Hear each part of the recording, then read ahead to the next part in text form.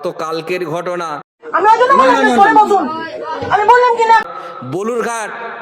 বালুরঘাট যে এক্সপ্রেস ছিল, ওই ট্রেনেতে একজন দাড়িওয়ালা মুসলমানকে বিনা দোষেতে একজন দুষ্কৃতী মহিলা, আরএসএস মহিলা হঠাৎ করে চড়াও হয়ে তাকে মারতে শুরু করলো। বলছে আমার ভিডিও করছিল। পরক্ষণে যখন ভিডিওটা ভাইরাল হয়েছে, সত্য যখন বেরিয়ে এসেছে, দেখতে পাওয়া যাচ্ছে ওই দাড়িওয়ালা মুসলমানটা ভিডিও করতে, মোবাইল সম্পর্কে, অ্যান্ড্রয়েড সম্পর্কে অতটা জ্ঞানই নেই তার। প্রায় 30 মিনিট 42 সেকেন্ড ধরে তার ফোনেতে ভিডিও হয়েছে। বেচারা গ্যারেজে যখন গাড়িটা রেখেছে, তখন চিন্তা ভাবনা করেছে, সবাই বলে ছেলেরা একটু ভিডিও করে রাখি, গ্যারেজে ভিডিও করে যে বন্ধ করতে হয় সেই জ্ঞানটা তার নেই। মোবাইলটা ওই অবস্থায় পকেটে রেখে দিয়েছিল। দেখতে পাওয়া যায় 20-25 মিনিট অন্ধকার। ট্রেনে বসে বসে বেচারা যখন ফোনটা বের করেছে, পায়ের দিকটাই বেশি দেখতে পাওয়া যায়।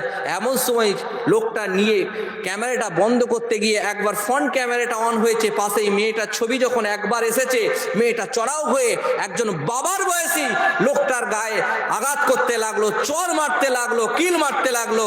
কিরকম তার পারিবারিক শিক্ষা! যদি ওই লোকটা অপরাধীও হয়, আগে তো দেখা দরকার ছিল। কি করলে দেখি, মোবাইলটা আগে দেখি।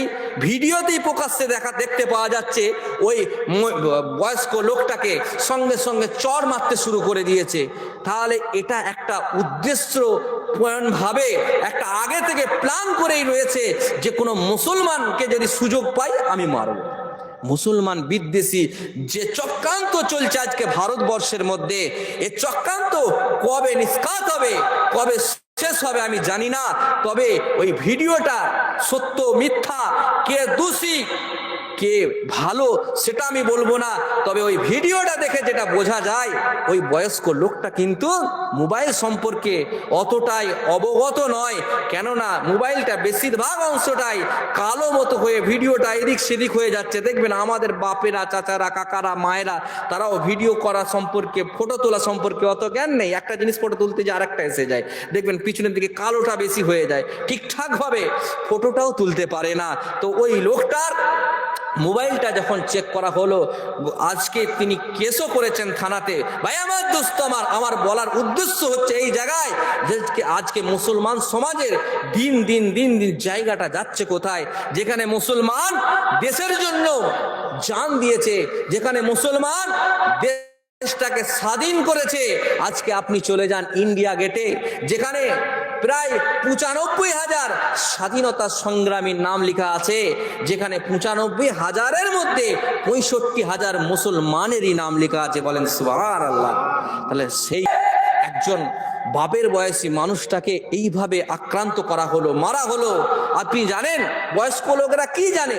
যেখানে আজকে মোবাইলে এআই টেকনোলজি চলছে, আর্টিফিশিয়াল ইন্টেলিজেন্ট, উন্নত মানের টেকনোলজি চলছে, অ্যান্ড্রয়েড একেবারে 16 ভার্সন চলছে, যেখানে মোবাইলে আপনার অ্যাপেল 16 প্রো চলছে, গুগল মেটা চলছে, ফেসবুক মেটা চলছে। এত উন্নত ভার্সন বয়স্ক মানুষরা নিতে পারে, তারা মোবাইলটা ঠিকঠাক ব্যবহার করতে পারে না।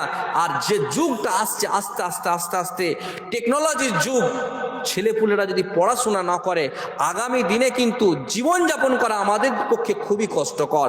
আর কিন্তু দুনিয়ায় বন্দুক নিয়ে লড়াই করার সময় নেই, এখন টেকনোলজির যুগ। আপনি এখানে বসে আছেন, আপনাকে ইসরায়েল থেকে ওরা টেকনোলজির মাধ্যমে আপনার মোবাইল বোমা, নেট বোমা ফিট করে দিয়ে আপনাকে ওখান থেকে উড়িয়ে দেবে।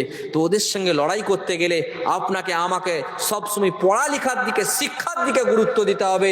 কেননা আল্লাহর রসুল বা আল্লাহ পাক কোরআনের প্রথম আয়াত ইকরা বলে শিক্ষা দিলেন, হে আমার বান্দারা, তোমরা আগে পড়াশোনা করো, শিক্ষিত হও।